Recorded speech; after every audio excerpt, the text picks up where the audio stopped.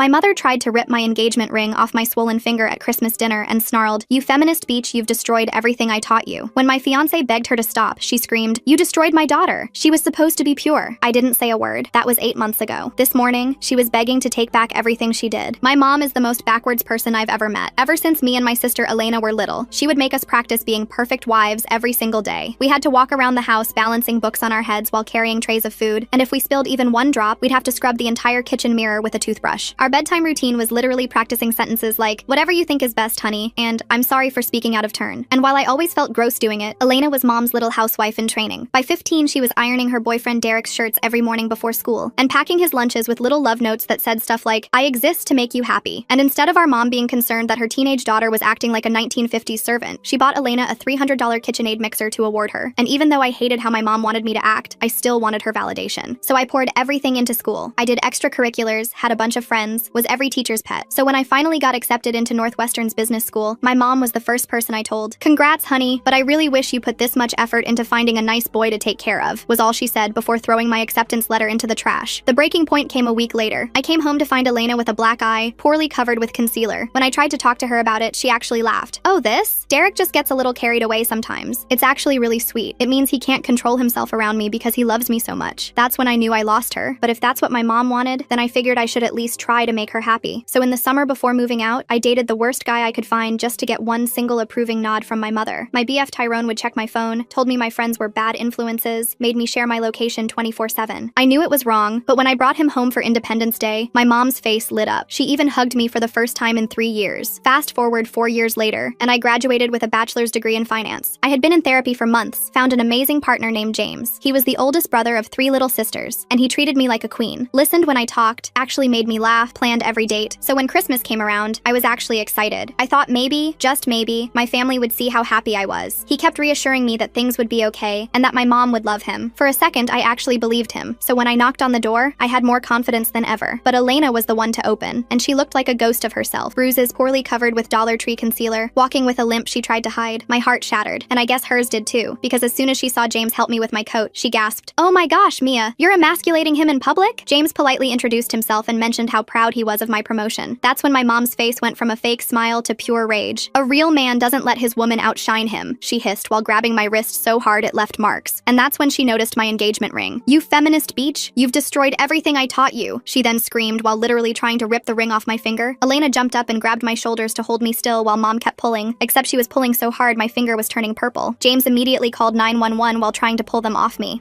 I figured by this point my parents would realize they were assaulting me, but no, my mom